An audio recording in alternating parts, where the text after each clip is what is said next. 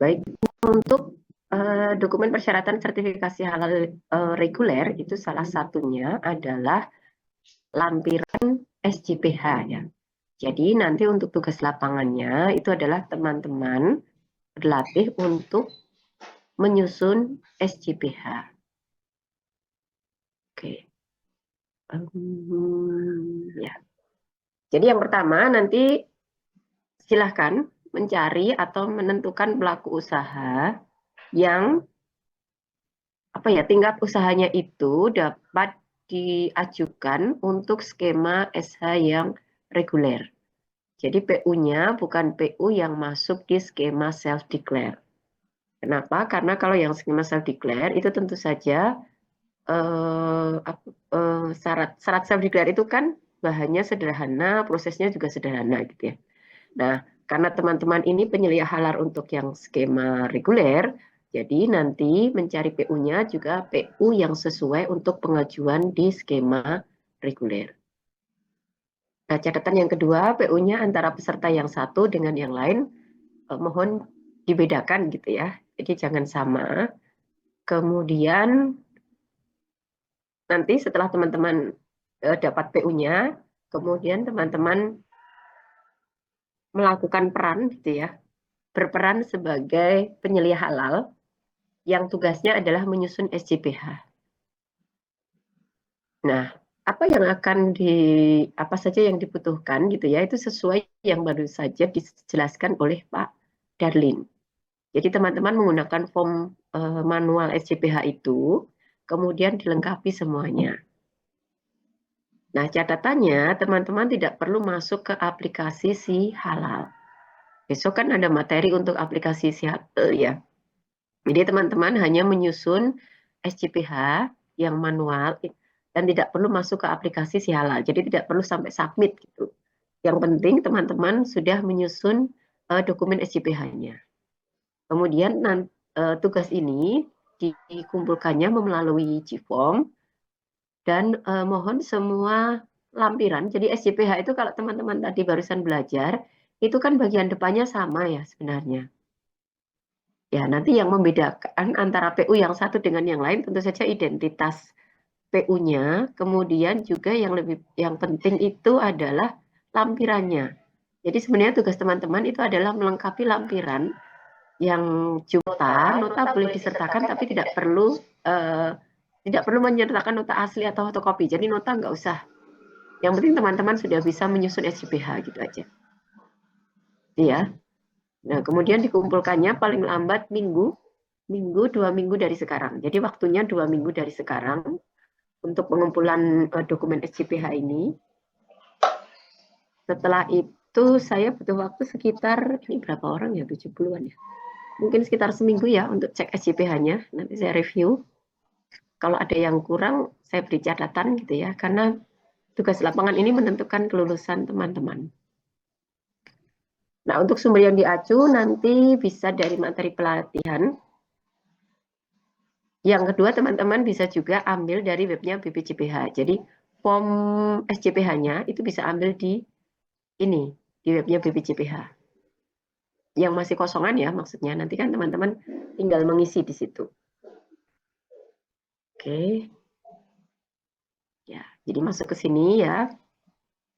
Terus nanti download di bagian nomor 2 dari atas ya. Jadi ini kan ada format template SJPH. Teman-teman download itu, kemudian nanti itu yang digunakan untuk tugas lapangan. Baik, nah yang formulir-formulir nggak usah, tapi cukup dibaca saja ya. Jadi tugasnya hanya menyusun SJPH. Baik, kira-kira itu untuk tugas lapangan. Apakah ada pertanyaan, diskusi, dan lain-lain? Ngintil. Ibu izin bertanya, Bu. Ya, silakan. Sebelumnya saya izin bertanya untuk tadi tugas penugasannya, Bu, di klausel nomor 1, yaitu mencari teman-teman pelaku usaha untuk pengajuan skema reguler, bukan PU yang masuk skema self declare. Nah, saya masih belum tegak untuk membedakan antara skema reguler dan juga skema self declare. Di sini tuh contoh realnya Bu, misalnya nih Bu, tetangga saya memiliki usaha, tapi usaha rumahan, tapi dia sudah banyak produknya, produk makanan. Nah, itu apakah bisa dipakai atau tidak? Produknya, jumlah produknya berapa? Jumlah produknya PMP ya. Eh PMP T1 tapi PMP-nya tuh mengkerucut lagi ininya. Jadi itu masuk nggak Bu? Hmm, karena begini, self declare itu di aturan yang baru sekarang bisa Ya. sampai 30 produk. Tidak sampai 30 produk. Bisa sampai Oh, 30 oh, produk bisa sampai 30. yang self declare, self declare. Oke, berarti kalau Artinya liburan lebih dari kalau 30 produk. yes, betul. Mm-mm. Wah, cari. Satu itu, atau yang kedua, teman-teman bisa cek. Jadi kalau warung makan, sorry, warung makan yang agak gede gitu kan menunya pasti akan lebih dari 30. 30 itu nasi putih dihitung ya. Nasi putih, es teh, es jeruk itu dihitung satu-satu. Jadi itu kan 30 itu sebenarnya yo kayak kalau kita pesen nasi rames itu aja. Itu kan sayurnya sudah berapa macam? Dua. Lauknya misalnya dua macam. Nasi putihnya dihitung sendiri. Udah lima kan itu. Kemudian minumnya misalnya es teh, teh anget, jeruk anget, es jeruk. Itu sudah empat. Jadi yang disebut dengan produk itu per menu gitu ya. Kebayang nggak ya? Berarti klausulnya pertama adalah dia produknya lebih dari 30 jenis produk yang tadi walaupun es atau cemilannya semuanya itu ada termasuk ya Bu. Terus yang berarti kedua kita mencari pelaku usaha tersebut itu tuh untuk harus misalnya oke lah tempat makan nih mungkin berkenan warung-warung makanan gitu ya Bu ya. Tapi mereka juga oh saya nggak yakin mau halal atau enggak tapi kita mau coba Bu biar biar lebih meyakinkan gitu misalnya ya kan hanya sebagai tugas ya Bu apakah itu nanti boleh gitu. Iya, ini hanya sebagai tugas. Jadi bukan bukan terus menjanjikan ke PU-nya untuk diajukan sertifikatnya enggak. Oke, Itu jadi ya. kita Tapi kalau istilahnya ini aja Bu, hanya membila hanya bilang ini hanya buat latihan. Misalnya Ibu nanti berkenan untuk dilanjutkan pun, Ibu sudah ada dokumen dari kami sehingga bisa langsung diajukan dan dilanjutkan gitu ya ya Bu ya. betul ya. Jadi kalau gitu kita hanya istilahnya hanya luarnya dulu aja gitu ya Bu. Buat Ya, sebagai mereka kan kalau kita kan mau lakukan studi kasus misalnya, kita kan harus jelas ke pemilik usaha tersebut. Ini ya. buat apa ya? Takut dianya kan masih tersinggung atau bagaimana. Jadi kita preventif di awal saya mau lebih meyakinkan diri dulu. Yang penting adalah produknya di atas 30 produk gitu. Iya. Mm-mm. Nah, mau sayur apa, sayur beda sayur pun itu termasuk ya Bu ya. Iya, Ya, itu terus termasuk walaupun ya. kondisi lapangannya pun nanti ternyata tempat masaknya dia masih bercampur dengan ke rumah tangganya yang mana itu tidak bersih atau terlihat oh ini kok masih kotor atau gimana itu ya kita Enggak apa-apa. tulis apa adanya realita Ya, gitu ya Bu oh ya. enggak apa-apa. Oke siap. Berarti guys seperti itu. Mm-mm. Itu kan masih untuk latihan, jadi nggak apa-apa. Ini Ya, kan sebenarnya tujuannya supaya teman-teman itu melihat di lapangan. betul. Sebenarnya kalau di PU itu seperti apa? Betul. Nah, Pelaku usaha gitu. tersebut. Sebenarnya tadi PMP itu bisa masuk, asal misalnya PMP itu variannya 5 gitu ya. Betul. 5, terus nanti masih ada anaknya lagi, dan seterusnya gitu loh. Oh, yang penting ada 30 tadi ya Bu ya, batasnya Ya, itu. ya lebih dari 30 sih sebenarnya, karena Kepkaban yang baru itu, yang Ya. 2025 itu, self declare itu bisa sampai 30 produk soalnya. Gitu. Self declare Mm-mm. itu. Jadi self sama reguler tuh hanya dibedakan berdasarkan ini, jumlah produk yang dimiliki. Enggak cuma jumlah sih, bahan Hmm. kerumitan kerumitan bahan. Yang pertama, kalau bahannya kompleks itu Hmm. nggak bisa masuk self declare. Bahannya harus sederhana dan sudah ada SH-nya. Kalau yang self declare. Yang kedua, prosesnya itu juga harus yang sederhana. Jadi air isi ulang itu nggak masuk self declare, tapi masuknya reguler. Loh, oh, berarti masuk juga dong. Iya, karena dia prosesnya dianggap kompleks. Kan ada Oke. penggunaan filter. Filternya itu harus dicek beneran. Filternya ini sudah ada SH-nya belum? Filternya apakah Oh. cuma satu? Enggak, dia biasanya pakai batu-batuan dulu, kemudian masukin ke zeolit, kemudian baru masuk ke filter. Setelah itu ada ozonisasi. Nah, itu dianggap prosesnya kompleks. Oh. Kalau berarti Itu. kalau misalnya dia menggunakan air ini ya Bu ya, air isi ulang, tapi isi ulangnya itu sudah ada izinnya, udah ada sertifikasi halalnya, udah ada kodenya. Itu berarti kita tinggal masukkan saja kan ya? di Maksudnya, lampiran itu. Kan bahan, kan misalnya tadi kan tetangga saya misalnya tadi dia jualan pempek, dia memang produk rumahan, tapi udah terjualnya itu sudah pasarnya itu sudah Bandung Raya misalnya ya Bu ya, itu udah lumayan pasarnya udah besar, tapi dia memang tidak ada sertifikasi halalnya. Nah, tapi kalau tadi bertanya menunya, memang kalau saya rinci, walaupun jenis pempeknya bermacam-macam, tapi memang menunya tidak ada di 30, bahkan masih di bawah 30. Tapi kalau secara kompleksnya tadi dia pakai air isi ulang gitu. Jadi kalau soal bahan-bahan juga dia membuat sendiri kan, dari mulai ikannya dia proses produksi sendiri, penggilingan juga manual sendiri. Jadi mungkin itu masih masuk self declare atau udah masuk reguler ya Bu? kalau pempek berarti masuk self declare ya. Dia Masih self pakainya declare. ikan kan, bukan daging hewan sembelian kan? Bukan, dia pakainya ikan Bu. Ikan, Hmm. telur, santan, hanya Ya, itu semacam itu. bahan-bahannya kan kalau ikan masih masuk yang bahan Ikan lauris ya, setiflis. lauris itu apa? Risiko rendah yang levelnya nggak yang sangat kritis gitu. Jadi reguler itu salah satu ciri-cirinya juga dia pakai bahannya biasanya yang berbau hewan sembelihan. Oh. Dulu bakso itu masuk reguler ya. Hmm. Jadi kalau sekarang teman-teman mau bakso juga nggak apa-apa sebenarnya. Karena bakso itu sekarang either bisa masuk dua-duanya akhirnya. Boleh masuk self declare, tapi asal eh, apa dagingnya itu sudah dari RPH yang ada SH-nya. Sudah pasti gitu ya, dipastikan semuanya. Terus yang kedua, kalau ada penggilingan, nah penggilingannya ini juga harus dicek karena titik kritisnya kan di penggilingan juga kalau bakso itu. Nah, itu salah satu contoh. Terus jasa penggilingan daging, itu meskipun kayaknya cuma giling daging, itu nggak bisa kalau pakai yang self declare. Itu harus yang reguler. Karena dia masuk kategorinya adalah hewan sembelihan dan turunannya. Gitu. Ya, nanti mungkin saya sertakan juga di materi ya, KEP-KABAN yang baru yang 2025. Jadi KEP-KABAN yang baru itu membatasi produk-produk apa saja yang masuk di skema self declare.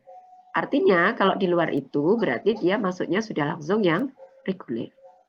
Ya. Jadi air isi ulang itu meskipun di potnya kelihatan kecil, itu nggak bisa diajukan pakai self declare, itu nggak bisa. Harus pakai yang reguler karena harus dicek semuanya. Gitu. Ya memang sebenarnya alasannya kenapa self declare-nya itu sekarang diperluas karena kayaknya apa ya, mengejar serapan juga masih banyak self declare yang belum terserap gitu.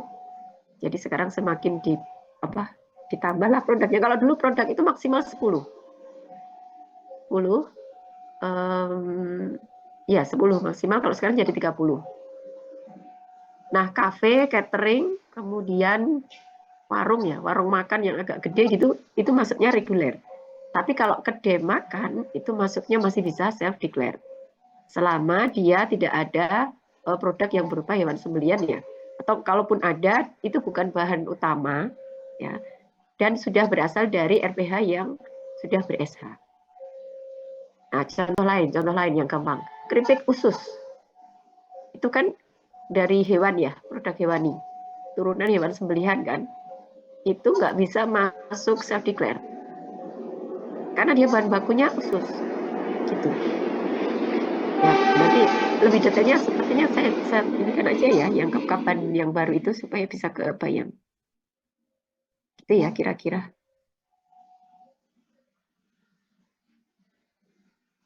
Baik, ada lagi pertanyaan yang lain? Tidak ada? Saya mau nanya lagi boleh nggak Bu? Oke, oke, boleh. Sebenarnya menariknya gini Bu, kan banyak potensi yang tadi ya, misalnya self declare itu untuk pengajuan halalnya sendiri, tapi bisa ya Bu ya? Bisa, ya. Tapi nanti yang mendampingi, ada yang namanya pendamping PPH. Mm-mm. Jadi Jadi dia nanti hanya pendamping PPH ini tugasnya kalau yang di skema reguler mirip seperti auditor. oke.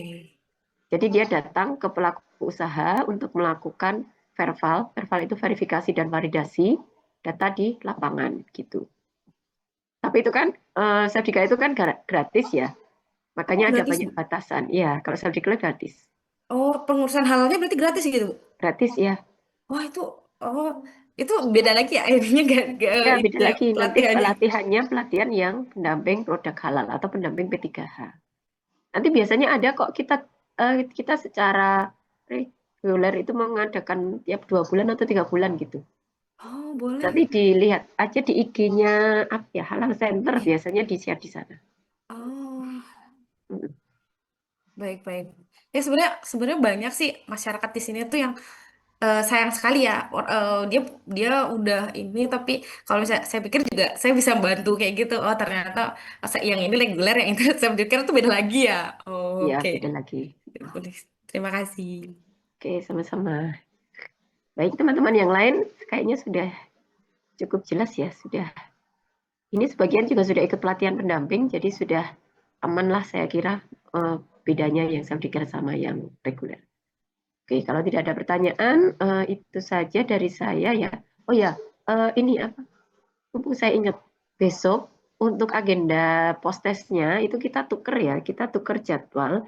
Jadi karena Bu Oti itu nggak bisa di jam, saya lupa sebentar, saya sampai buka jadwalnya.